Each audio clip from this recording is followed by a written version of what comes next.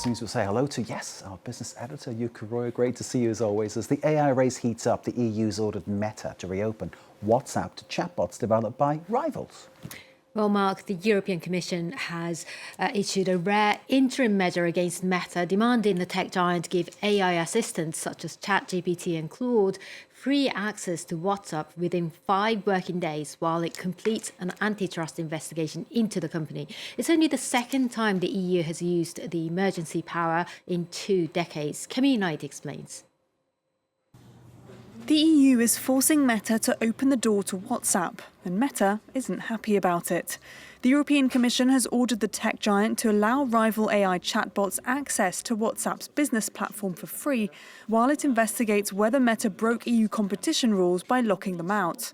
We do not ask Meta to do something new, to implement some new technical engineering solution, or to put in place something technically burdensome. It is quite simple. We just asked Meta to go back to what they were doing by themselves until January this year. It all started when Meta banned third-party AI assistants from WhatsApp's business platform, effectively giving its own Meta AI a monopoly. Brussels says it's about preserving consumers' right to choose which AI assistant they use. Meta sees it differently. The company says the EU has effectively handed some of the world's most valuable AI firms free access to a product European businesses pay for, and says it will appeal. This is regulatory overreach subsidised by the many European companies that pay. Is the latest flashpoint in an increasingly bitter standoff between Brussels and American big tech, one that's even turned political, with Washington accusing the EU of unfairly targeting US firms. Well, the EU is also clashing with another US tech giant, Apple, over a similar issue.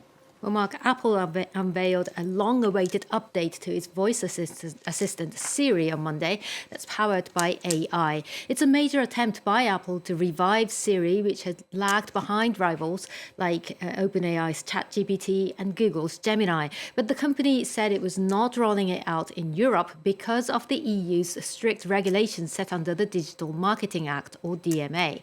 It said the law required Apple to give any AI system nearly unlimited access to a device such as an iPhone, which it considered would pose serious risks, and accused the EU regulators of rejecting its proposal to introduce an intermediary. Brussels on Tuesday rejected the claim, saying that no tech giant can be exempt from its rules. Let's take a listen. The decision not to roll out Siri AI in the EU is Apple's and Apple's only. Because absolutely nothing in the DMA prohibits Apple from introducing new products in the EU. What Apple is, however, not allowed to do, just like any other gatekeeper, is to close the market. It is not for them to decide who gets to innovate in Europe, and it's not for them to choose which AI tools our EU citizens get to use or not. Now, over in the United States, the Pentagon's added Alibaba and BYD to its blacklist. Yeah, Alibaba and BYD, they're among some household names that are on the US Defense Department's updated list of companies that it considers have links to the Chinese military. In all, 188 entities are on the list. Alongside Alibaba, Baidu and BYD, Chinese chip makers CXMT and YMTC were reinstated after being left out of the February list. They have been designated as military-civil fusion contributors to Beijing's defense industry, with either direct or indirect links to bodies such as the Chinese Industry Ministry or the Asset Supervision and Administration Commission. While no direct sanctions are imposed on them, the Pentagon will be banned from contracting them, a restriction that could also affect its private suppliers. Unifree, which stunned the world earlier this year with its humanoid robots, has also been added to the list. US chip giant Nvidia announced just last week that it was teaming up with the firm to develop its first ever robotics system. Unitree is also preparing to list itself on the Shanghai Stock Exchange. Now then, Yuka, as I understand it, the Chinese side has reacted angrily to the move. Yeah, angrily indeed. Alibaba, BYD and Baidu all said that there was no basis for including them on the list, denying that they were a military company or had a role in any military-civil fusion strategy. China's foreign ministry called on the US to, quote, correct its erroneous practices and stop its unwarranted crackdown on Chinese enterprises. Let's take a listen.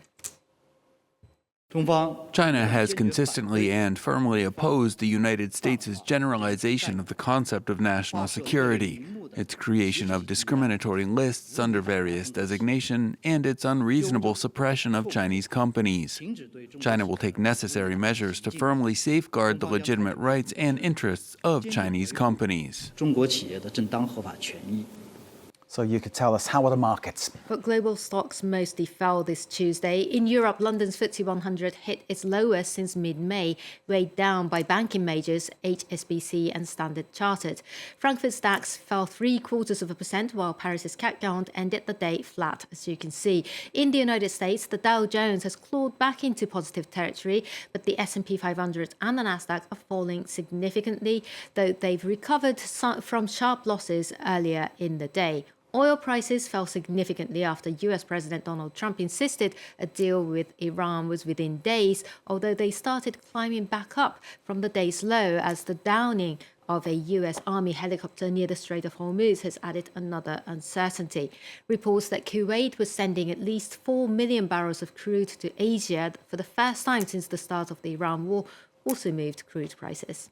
And that's it from the business. It is phenomenal, isn't it? Donald Trump, it's like 36 times he said that a deal with Iran is within reach. 36 times he said that, and there's been nothing like a deal ever hit.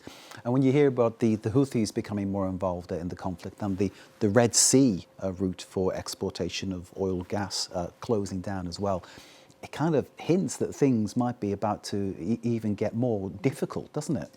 Yeah, two major choke points for global trade. I mean, not just for oil, but other petrochemical products and beyond for global trade. So yes, if both the Red Sea ports and the Strait of Hormuz are closed, then that would obviously have a major impact on global trade. Indeed, we wait and see how it goes. Yuka will be back with more business later, of course, because